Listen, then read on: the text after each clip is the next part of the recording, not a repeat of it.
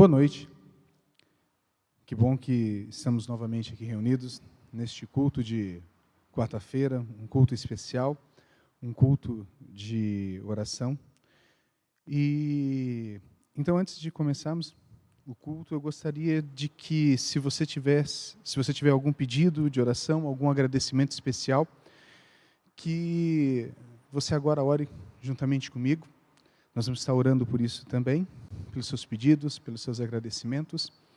E depois, se você ainda quiser compartilhar isso conosco, nos comentários desse vídeo, deixe ali o seu comentário sobre o seu pedido, o seu agradecimento, e pode ter certeza que muitas pessoas vão estar orando também por você, vão estar orando pelo seu pedido, pelo seu agradecimento. Vamos orar? Senhor nosso Deus, nosso Pai, te somos gratos porque estamos novamente aqui na Tua casa. Te agradecemos também porque o Senhor tem nos protegido, tem nos guardado, mas sabemos, Pai, que muitas pessoas têm passado por momentos difíceis, por momentos de aflição. Que o Teu Santo Espírito possa estar tocando essas pessoas, que elas possam sentir-se fortalecidas em Ti, que elas possam sentir a Tua presença em suas vidas, possam sentir o Teu toque em suas vidas. Também, Pai, te agradecemos por tudo que tem feito por nós, te agradecemos também pela vida, pela saúde, e te agradecemos também pela graça, por ter enviado o Teu Filho a este mundo para morrer por cada um de nós. E é isso, Pai, que nós te pedimos e principalmente te agradecemos em nome do Seu Santo Filho Jesus Cristo. Amém. Pois bem, hoje nós vamos estudar um tema que é um tanto quanto delicado. Eu digo delicado, pois ele atinge em cheio, né, uma característica que hoje em muitas áreas as pessoas dão muita importância. Nós vamos estar falando hoje de uma certa característica que ela acaba estando envolvida com a nossa imagem. Como é que as pessoas enxergam, como é que as pessoas olham para nós, como é que as pessoas nos veem. E ele é delicado porque justamente ele fala a respeito de nossas vaidades e as implicações espirituais que a vaidade tem em nossas vidas. Mas, antes de descobrir, né, com relação a questões espirituais, vamos agora ver como o mundo classifica a vaidade. Qual é a definição de vaidade? Eu peguei duas definições no dicionário. A primeira diz o seguinte, que é a qualidade do que é vão, ou seja, que não tem valor, vazio, firmado sobre aparência ilusória.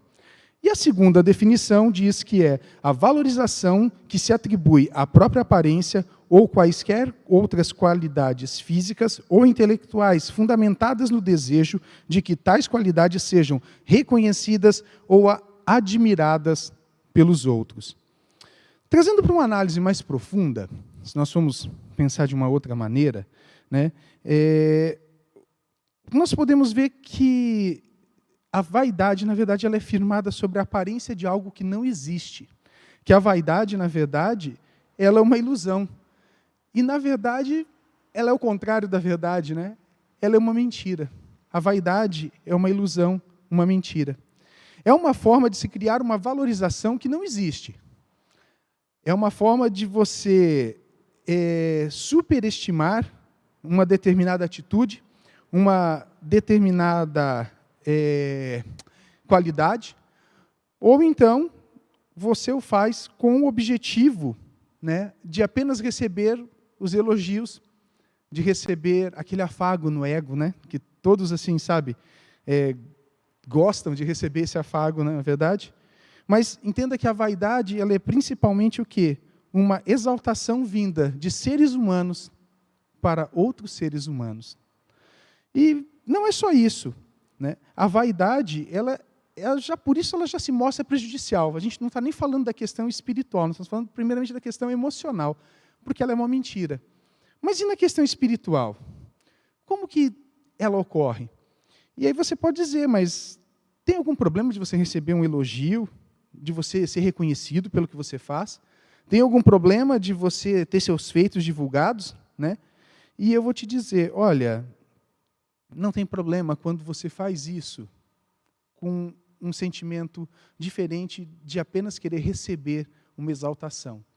Qualquer coisa que você for fazer, seja no seu sentido profissional, seja no seu sentido, né, estudantil, seja no seu sentido de relacionamento familiar, seja no sentido espiritual. Se você o faz pensando em receber elogios, se você o faz pensando em receber um afago, sabe? Não, eu estou fazendo isso, mas eu quero que as pessoas, sabe, vejam o que eu estou fazendo, para que elas vejam, nossa, o quanto eu sou bom.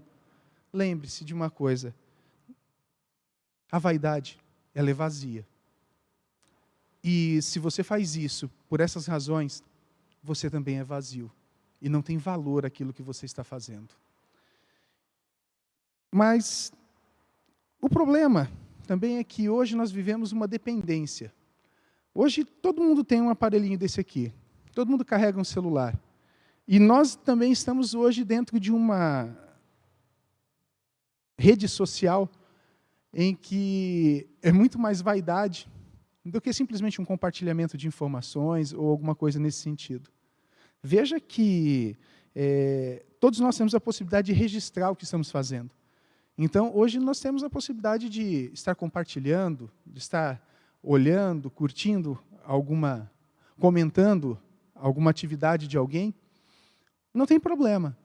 Mas eu te pergunto uma coisa, e se você faz isso, vamos supor, eu estou aqui agora, estou fazendo esse culto com vocês aqui, e aí eu começo a bater fotos aqui, vou fazer uma selfie aqui, vou fazer isso aqui, começo a postar, e aí, enquanto eu estou falando com vocês aqui, a cada 2 minutos aqui, 1 minutinho, eu estou olhando para ver, nossa, quem será que está curtindo enquanto eu estou falando aqui? Deixa eu ver aqui. Veja que nós acabamos nos tornando escravos da vaidade. E esse é um problema sério. E, amigos, nós devemos ter cuidado. Porque por mais inocente que a vaidade possa parecer, por mais, sabe assim, inocente que ela... não, é só um afago no ego. É tão bom receber um elogio, é tão bom você se sentir, né, superior. Mas tomem cuidado, porque aí agora nós começamos a entrar no sentido espiritual. A vaidade, ela é terrível, porque ela é uma porta de entrada para outros problemas de caráter, para outros problemas que o pecado traz em nossas vidas. Então, já que estamos falando a respeito da questão espiritual, né, temos de entender que a vaidade ela é firmada sobre o ilusório.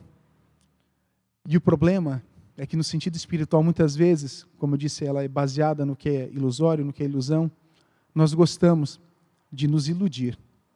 E esse é um problema sério. E vamos lá então. Mas o que a Bíblia ela fala a respeito da vaidade? Nós temos alguns temas na Bíblia que falam a respeito de vaidade. Vaidade que acabou destruindo pessoas, e inclusive até reinos, que foram destruídos por causa da vaidade das pessoas. Vamos lá. Vamos para o nosso primeiro texto bíblico de hoje, que se encontra no livro de 1 Samuel, capítulo 18, versículos 6 a 9. 1 Samuel, capítulo 18, versículos 6 a 9. Aqui diz o seguinte, para aqueles que têm a Bíblia, que tem o título, né? Diz assim: o cântico das mulheres indigna a Saul. Sucedeu, porém, que vindo Saul e seu exército, e voltando também Davi de ferir os filisteus, as mulheres de todas as cidades de Israel saíram ao encontro do rei Saul, cantando e dançando, com tambores, com júbilo e com instrumentos de música. E as mulheres se alegravam e cantando alternadamente diziam: Saul feriu os seus milhares, porém Davi os seus 10 milhares. Então Saul se indignou muito, pois essas palavras lhe desagradaram em extremo, e disse: 10 milhares deram elas a Davi, e a mim somente milhares. Na verdade, o que lhe falta, senão o reino? Daquele dia em diante, Saul não via a Davi com bons olhos. Agora nós temos um problema aqui. Veja só como a vaidade ela começa a abrir portas para que o pecado entre na sua vida de uma maneira muito mais contundente. Nós temos o exemplo aqui de Saul. Nós sabemos que depois desse momento, basicamente um divisor de águas ali, Saul começa a olhar para Davi com outros olhos. E ao olhar Davi com outros olhos agora, ele já começa a pensar, opa, alguém que faz tudo isso, só lhe falta o reino. Veja que Saul deixa que a sua vaidade, por causa de um canto, por causa de uma música que estava sendo entoada por mulheres, acaba abrindo uma porta. E veja que Saul era um líder, era o rei de um povo, era o rei do povo de Israel. Era um homem que foi ungido, foi solicitado que o povo queria um rei, então Samuel o escolheu e ele foi ungido rei de Israel. E veja só, mesmo assim, se deixou levar pela vaidade. Se deixou levar pela vaidade, e nós sabemos a perseguição que depois Davi sofreu por Saul. Saul perseguiu Davi porque um rei, um líder, não podia ser confrontado daquela maneira. E esse é um problema muitas vezes. Muitas vezes nós também nos achamos superiores aos outros, tão superiores aos outros, que como esse líder aqui, esse rei, não, nós não podemos ser confrontados em nossa vaidade. E quando somos, tomamos atitudes em que o pecado entra em nossas vidas. E sabemos, né, muito bem os caminhos errôneos trilhados por Saul, né, e o preço que ele pagou pela sua vaidade. Mas, e quando cai o véu da vaidade de cada um de nós? Como é que nós agimos? Eu pergunto isso, pois como disse, a vaidade é um inflar de egos, é a ilusão de ser algo que você não é, até que por fim você se torna um ser tão cheio de si, que infelizmente não existe mais espaço para Deus na sua vida. Olha só, você se torna tão cheio de si, você se torna tão confiante por causa da sua vaidade, que não tem como Deus habitar dentro do teu coração. E que advertências nós temos, né, sobre a vaidade e como Deus tenta nos proteger desse sentimento pecaminoso que nos envenena aos poucos. Né? Nós temos alguns textos, eu vou citar alguns aqui. Um diz o seguinte: não confie, pois, na vaidade, enganando-se a si mesmo, porque a vaidade será a sua recompensa. Jó, capítulo 15, versículo 31. E como vimos, se a vaidade é uma ilusão, qual será a sua recompensa? A sua recompensa, sabe qual vai ser? Vai ser vazia. Deus está dizendo isso. Um outro trecho diz o seguinte: se eu no coração, né, contemplar a vaidade, o Senhor não teria me ouvido. Salmos 66, né, capítulo 66, versículo 18. E diz o seguinte, né, a vaidade, né, serve como uma barreira, nesse caso aqui. Porque se o salmista fosse vaidoso, ele não poderia chegar até Deus, não teria a humildade de se entregar a Deus, de entender que ele é um ser pecaminoso. Então, o que acontece? A vaidade serve de barreira para o nosso arrependimento e para a nossa comunhão. Temos mais um aqui, ó. Porque os costumes dos povos são vaidade, pois corta-se o bosque, um madeiro, obra das mãos do artífice, feita com o machado. Jeremias 10, 3. Esse versículo em particular aqui, ele fala a respeito de idolatria, que é um assunto que muitas vezes acaba, sabe, a vaidade do ser humano é tão grande que ele não idolatra um ídolo, mas ele começa a se idolatrar. Ele se acha assim, sabe, tão o máximo, né, tão perfeito, tão sublime, que ele começa a se idolatrar. Não, eu sou o cara, né, eu sou essa pessoa. E veja só, nesse versículo o profeta repreende os costumes dos povos que idolatravam outros ídolos. Né? E lembre-se que a idolatria, ainda mais nos dias de hoje, ela vem extremamente carregada de vaidades. Temos outro aqui também. Porquanto, proferido palavras jactanciosas de vaidade, engodam com paixões carnais por suas libertinagens aqueles que estavam prestes a fugir dos que andam no erro, prometendo-lhes liberdade quando eles mesmos são escravos da corrupção, pois aquele que é vencido fica escravo do vencedor. 2 Pedro, capítulo 2, versículos 18 e 19. Nesse caso, o apóstolo deixa claro que a vaidade acaba por iludir e ainda faz com que a pessoa permaneça no pecado e no mal. Mas a vaidade, ela se torna uma barreira que nos impede de reconhecer também e reverenciar ao nosso Deus. Como eu disse, a vaidade nos torna seres inflados. E quando a gente fica tão cheio, né, de nós mesmos, nós não temos espaço para Deus em nossa vida. pois nós não enxergamos a nossa dependência, nós não sentimos a necessidade, né, de um Deus, pois a vaidade nos faz acreditar que não precisamos de um Deus. Em alguns casos, chegamos ao ponto de acreditar que somos os próprios deuses. Então, olha só, que somos deuses. E assim, né, acabamos por agir sobre a nossa vontade. E sabe que alguns ainda não conseguem, né, eles não conseguem ter a humildade de reconhecer seus erros, né, e ainda atribuem as suas decisões, mesmo que baseadas, mesmo que nitidamente retratadas como vaidade, como a vontade de Deus. Não, mas eu sou assim, não. Deus quis que foi dessa forma, nós escolhemos fazer dessa maneira porque Deus quis isso. Mas, se essas decisões e atitudes forem confrontadas com os princípios básicos da palavra de Deus, com os princípios básicos, né, da lei de Deus, podem ter certeza que, se forem baseadas na vaidade, elas vão se mostrar vazias e contraditórias com o que diz a palavra de Deus. E, para quem acha que eu estou exagerando, eu queria lembrar para você um relato que está no livro de 2 Reis, capítulo 20, dos versículos 12 a 19. Então vamos lá. 2 Reis, capítulo 20, dos versículos 12 até o 19. E diz assim ali, olha só. Aqui diz, né, a embaixada da Babilônia.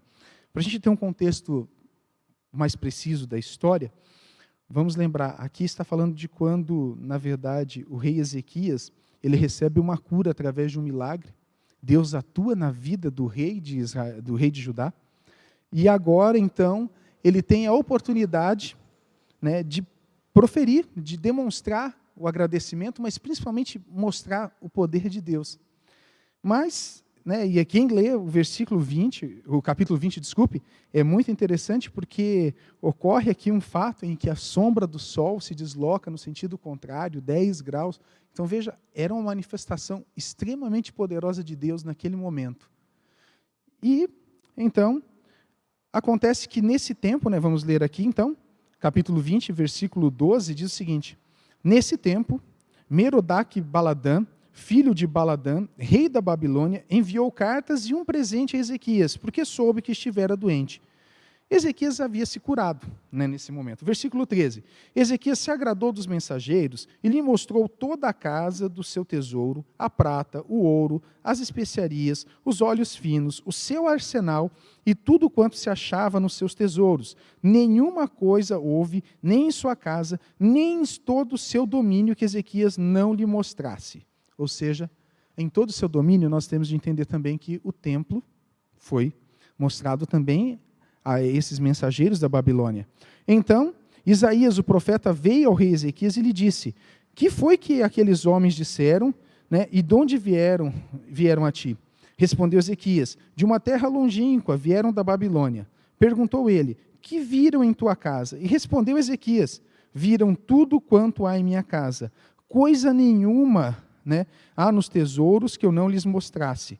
Então disse Isaías a Ezequias: ouve a palavra do Senhor. Eis que virão dias em que tudo quanto houver em tua casa, como o que entesouraram teus pais até o dia de hoje, será levado para a Babilônia. Não ficará coisa alguma, disse o Senhor. Dos teus próprios filhos, que tu gerares, tomarão para que sejam eunucos no palácio do rei da Babilônia. E aí vem o versículo agora 19, e diz o seguinte: então disse Ezequias a Isaías: boa é a palavra do Senhor que disseste, pois pensava, haverá paz e segurança em meus dias. Veja só, veja que o rei Ezequias, ao receber aquela carta, é um líder, era um rei. Ao receber aquela carta e um presente, né, por sua recuperação, né, como narrada no início do capítulo, né, Ezequias, ele esquece do que havia acontecido algum tempo atrás. E em vez de demonstrar o poder de Deus, apresentar o Deus verdadeiro, ele vai apresentar o quê? Os tesouros. Vai apresentar suas posses, suas riquezas, o seu arsenal. Ou seja, agora o inimigo sabia quais eram as armas e a quantidade das armas que, né, o povo de Judá tinha. Né? Ele, como líder, falha, pois ele, se enchendo de vaidade, vai mostrar todas as riquezas do seu palácio e tudo que estava sob seu domínio. E o líder, né, ainda nesse caso ele, né, Ezequias, quando repreendido por Isaías, suas palavras apenas revelam, né, a sua expressão de egoísmo e alívio. Na verdade, mostra o vazio que a vaidade produz no ser humano, quando este é confrontado. E aqui fica uma lição para todos nós. Não importa se você é um membro, se você é líder, ou apenas um amigo que nos assiste, pois temos de começar, e principalmente por mim, né, a nos despir da vaidade. A lição é de que quando nos preocupamos mais em mostrar, ostentar nossas conquistas, nossas riquezas, nossas casas, ou até mesmo nossos templos, e o fazemos isso por vaidade, pensamos apresentar tudo. Sabia disso? Estamos apresentando tudo, mas na verdade não estamos apresentando nada. Pois, assim como fez o rei Ezequias, apresentando apenas riquezas terrenas, deixamos de lado o mais importante. Deixamos de lado a questão de apresentar o Deus, o nosso Deus, o seu poder, sua misericórdia e o seu amor pelas pessoas. Será que hoje estamos sendo vaidosos? Será que buscamos hoje pela ilusão dos elogios terrenos, da ostentação, do poder e da riqueza? Deixando de lado a palavra de Deus, seus conselhos e a sua lei? Olha, a vaidade, ela pode te passar uma sensação de engrandecimento, mas tenha certeza que ela vai minando e deteriorando o seu relacionamento com Deus.